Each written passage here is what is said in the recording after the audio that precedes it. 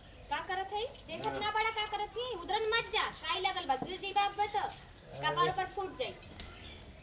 और खाना खैली है? हां खैली है। बड़ा आज खाना के पूछत ह काहे ना पूछ सके जोन तोर देवर। अच्छा हमार देवर अब त खाना पूछत ह आइया लेके घूमत बड़ा।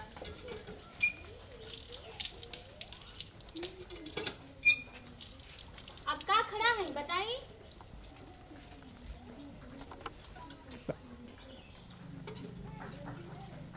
एगो जी हां एगो बात बताओ। बोला। इतना बन ठन के काहे खड़ी है? बन ठन के ना खड़ी रही जात बनी नहीं हरे। हां नहीं हरे जाते अपने नहीं हरे जाती हमार माई फोन कैले रहली है ना। अच्छा हमहू चला तोरे साथे। ना ना तोरा जैसे लोग के काम नहीं के हुआ। काहे हमरे कोनो खराबी बा का? ना ना वही भी जाके ऐसे ही पी के सुतबा ना। उसे का मतलब?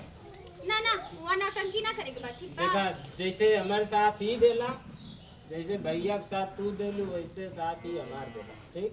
हां तब हमहू साथे चलो बस बात ना खत्म।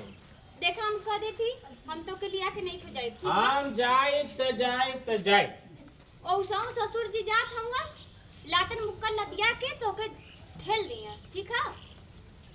का का लिए हां जवन कहती जवन सुनला हुए कहत एकरे मतलब त बाबूजी के साथे जेबी। हां बाबूजी के साथ जाई केतनो तो बाबूजी तोरा लिए अच्छा कोनो चक्कर चला त का बाबूजी से हां चल जे साथे तो चक्कर में ढेर चलावे नहीं तो महू चल काहे तू बतावत हो तू से चक्कर हमार सड़ुआई नहीं है हमहू चल सड़ुआई से मिल पहले बता कैसे परेशान करते का हो भैया 24 घंटा नशे में रहला तू है नीचे का करे चल नहीं का के परेशान करते रे तू जानत हवा नहीं हरे जाती है लहर जाते तो बाबूजी तैयार बना पूरा गेटअप पक के बाबूजी छोड़ा हम लेके जाए। अरे उसल मन ना बाबू लेके जाते ना बाबूजी नहीं सड़ुआई नहीं है ना तो हम जाए बाबूजी लेके जाते ना तैयार फिर बना गेटअप नहीं जा हम जाए ऐसे नौटंकी करे मार लगे बाबूजी हम जाए तो जाए हम जाए। अरे शांति हो जाए पगला पे आ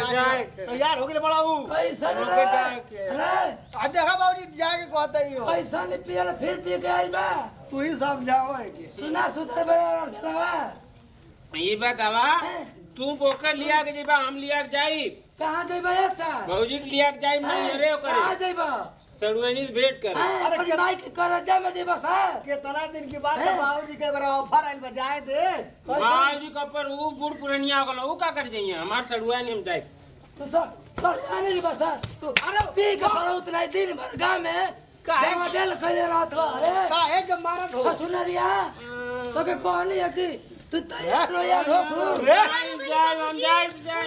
जाए चले जा घुस जा अरे जान तो घुर देबे बे हम जाए घुर देबे बे मुहा फेंच जाए ससुराल जा जा बाबूजी के जा चल तैयार हो अब गाड़ी बोला जनी है नौटंकी कइले वाले लिया के चल चल बाबूजी को ऑफर नाइल बरे हम जाई ऑफर ऊपर का फेल लेवे हम जाई समझियाने जाता ना ऑफर